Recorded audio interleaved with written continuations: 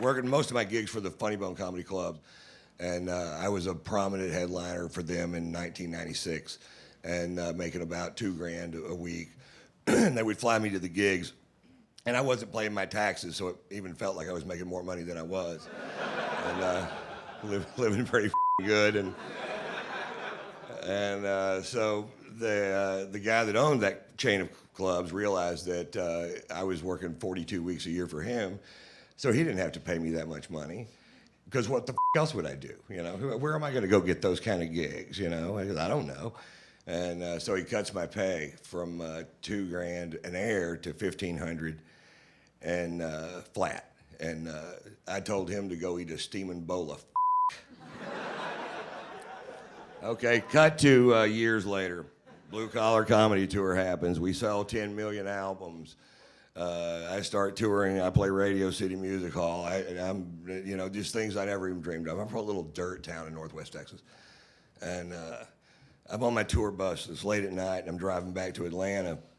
And Wednesday night, when I get back to Atlanta, where I have a house, and I'm going to be the auctioneer at this huge charity event in a tuxedo called the East Lake Foundation. And so that's my big charity of the year, so it's a big deal, and I do it every year.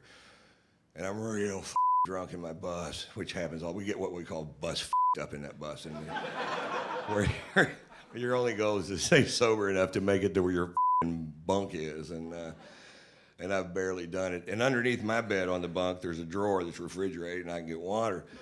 And I've just had a bunch of dental work done, and all these are crowns on the front of my teeth. And one of them had been loose, and it had fallen off, and it was this one right here, that bad boy right there. And I stuck it back on with a piece of toilet paper in there. And it had been on there for quite a while. It stuck on, and it looked great. Look, my teeth look great. None of them are real. None of this shit's real. None of them. Not one thing in this is real. And so I'm gulping down this water, drunk on my bus late at night, and the tooth comes off, and I swallow it. And I understand the ramifications of this the second that it happens, because we live here too, and the dentist that did it's in Beverly Hills. That tooth cost $2,000, and I need it for Wednesday night, and I know where it is. So I go onto the internet. What do you do if you swallow a tooth? Well, it says take laxatives, which I figured that was part of it, and shit in a trash can, and then mull around in the trash can until you find your tooth. Now, I literally have a 10th grade high school education, but still, I thought strainer.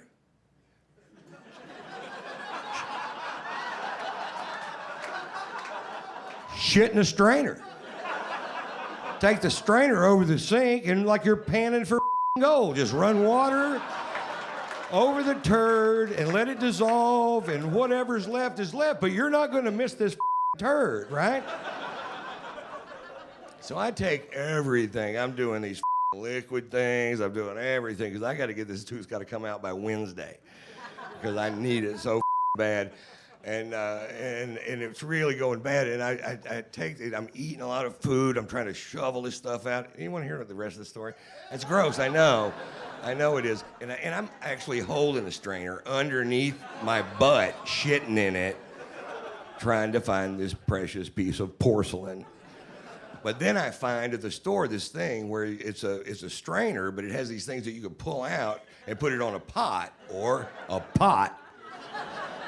And so now I'm hooked up, right? So I can put this thing down, then put the lid down, and I don't have to hold this thing between my legs to shit my tooth into my bucket, right?